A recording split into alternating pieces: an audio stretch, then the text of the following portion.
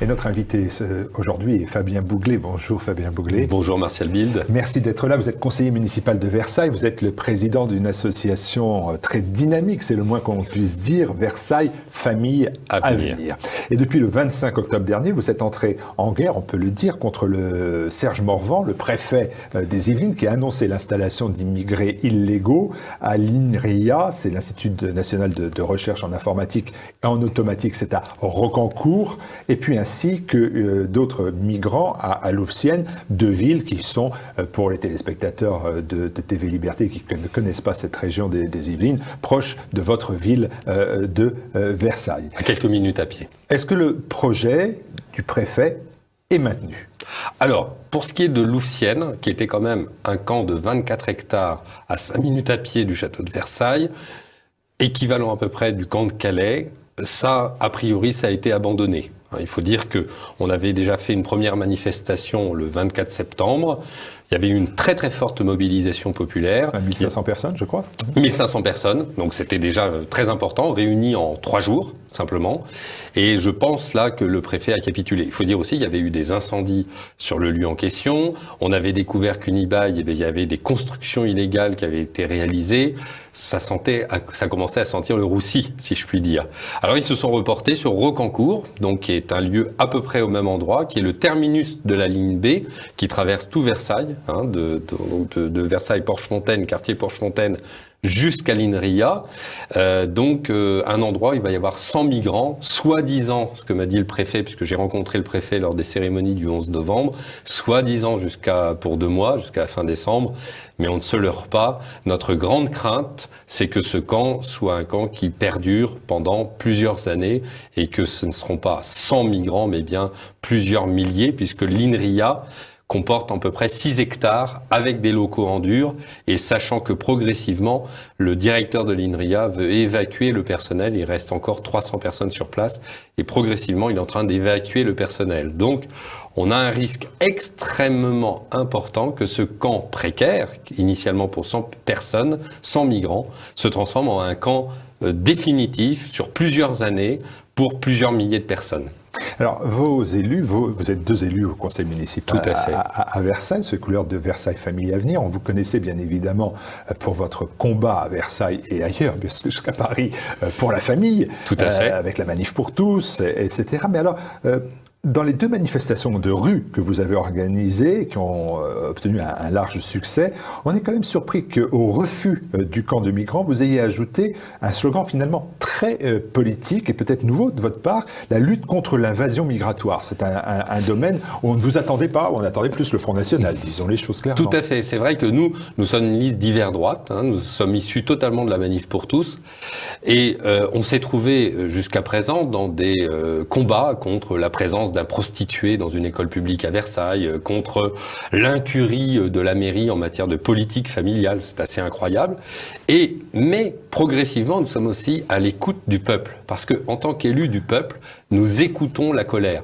À Versailles, énormément de personnes ont subi de plein fouet la suppression des allocations familiales, la spoliation fiscale du gouvernement socialiste. Récemment, le président du Conseil général des Yvelines, qui a été condamné pour corruption à 5 ans d'inéligibilité, a augmenté de 66% la part de la taxe foncière, de la part du départemental de la taxe foncière. Pour financer quoi ? Le RSA et les titulaires du RSA. Donc, lorsque les Versaillais et les personnes aux alentours de Versailles ont subi de plein fouet cette spoliation fiscale, ils n'apprécient pas à la rentrée d'apprendre que, au plein cœur des quartiers résidentiels, apparaissent un camp de migrants. Donc, nous sommes l'écho des colères populaires de la population. Et nous, en tant qu'élus, évidemment, nous réagissons par rapport à cette colère. Et donc, nous sommes opposés à la mise en place d'un camp de migrants à Louvciennes et Rocancourt, mais opposés à la mise en place de camps de migrants dans les Yvelines et opposés à l'implantation de camps de migrants en France. Tout simplement parce que c'est les mêmes, si vous voulez, c'est le pendant de la balance. D'une part, appauvrir la population par une politique antinataliste, par l'avortement, par le mariage gay, par l'euthanasie, Et puis d'autre part, remplacer la population, et ça ce n'est pas moi qui le dis, c'est le rapport de l'ONU de 2000, qui parle bien de remplacement de population, politique de remplacement de population, par une migration extrêmement forte. Donc nous sommes des élus, avec Valérie Daubigny, des élus d'hiver droite, situés entre le Front National et les Républicains. Il y a des Républicains parmi nous qui ne sont plus d'accord avec cette politique des Républicains gauchistes, juppéistes, qui on peut même se demander s'ils sont encore à droite. Et puis il y a des gens proches du Front National qui ne sont pas d'accord avec certaines positions du Front National. Par exemple, encore tout récemment, le fait que M. Philippot parle de l'interdiction dans le domaine public des grandes croix et de la kippa en plaçant ces signes religieux au même titre que le burkini. Donc effectivement, nous sommes cette synthèse de la droite hors les murs, et donc c'est normal finalement que le sujet de la migration soit un sujet qui nous intéresse particulièrement. En étant hors les murs, est-ce que vous avez quand même réussi à obtenir des réactions politiques au choix arbitraire du préfet? Est-ce que vous avez finalement été soutenu par les formations politiques, disons, classiques, dans ces murs, la droite ou alors la droite nationale? Alors, évidemment, le Front National a suivi parfois nos manifestations.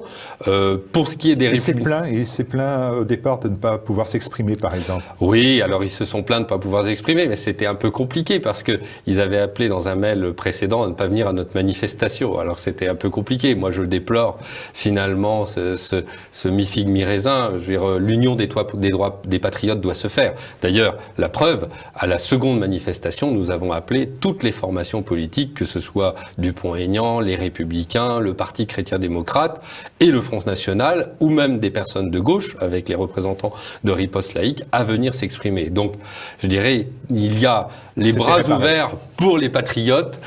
Nos bras sont ouverts pour tous les patriotes, quels qu'ils soient. Donc ça, c'est déjà fondamental.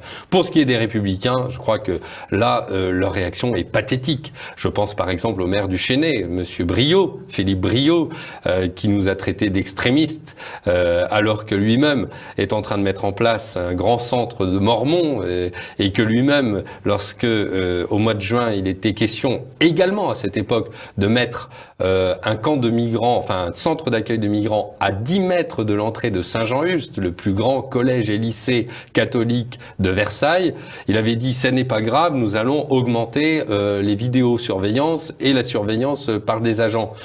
Il n'y avait absolument aucune fermeté. Je crois que là, les Républicains sont tétanisés par le sujet et ils craignent fortement pour les futures élections législatives ou municipales de ne pas avoir été à la hauteur. Et donc, c'est très intéressant de voir cette tétanisation des Républicains. À la mairie de Versailles, en dehors de votre groupe, le groupe majoritaire, il y a des patriotes. Le maire de Versailles est patriote. Oh.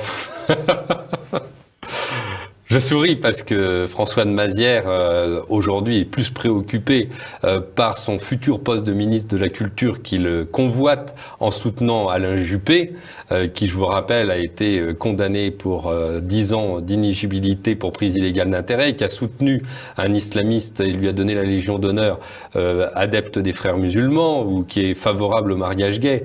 Je pense que là, on est loin d'avoir un patriote, on est plutôt un représentant de l'oligarchie et du système. Il faut voir, par exemple, l'autre jour, pour la défense des familles, je vous donne un exemple, nous avons proposé tout simplement un tarif municipal pour les familles nombreuses. Il faut savoir qu'à Versailles, la piscine, il n'y a pas de tarif municipal pour les familles nombreuses. Nous avons déposé un amendement aux tarifs municipaux qui a été refusé par tous les adjoints et les conseillers municipaux de Versailles, avec même l'abstention du Front National du reste. Mais pourtant, le maire de Versailles s'est beaucoup exprimé dans ce dossier des migrants. Il désapprouve, comme vous, finalement, cette implantation. Il rappelle que, d'ailleurs, la ville de Versailles a déjà accueilli des migrants par une répartition territoriale équilibrée des réfugiés. Et c'est ainsi qu'on apprend qu'il y a déjà des migrants sur le site, je crois, des Mortemais. Oui, de Mortemais, qui est un petit peu à gauche du château. Tout à fait. Donc, il y a un site. Il faut savoir qu'il avait fait un communiqué de presse pour dire au directeur de l'INRIA que s'il y avait une implantation de migrants illégaux sur le site de l'INRIA, il engagerait des poursuites judiciaires au tribunal administratif. Il n'en a été rien. Ce sont encore comme d'habitude, des effets d'annonce du député maire François de Mazières qui ne seront jamais suivis des faits. On en a l'habitude, ça fait 3 ans qu'on est élu, on connaît.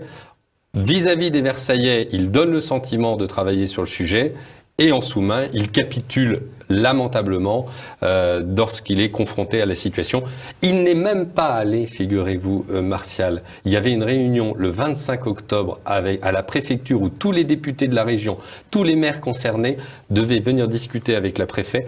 Il n'est même pas allé à la réunion en question, de même que le maire de Rocancourt. Vous vous rendez compte?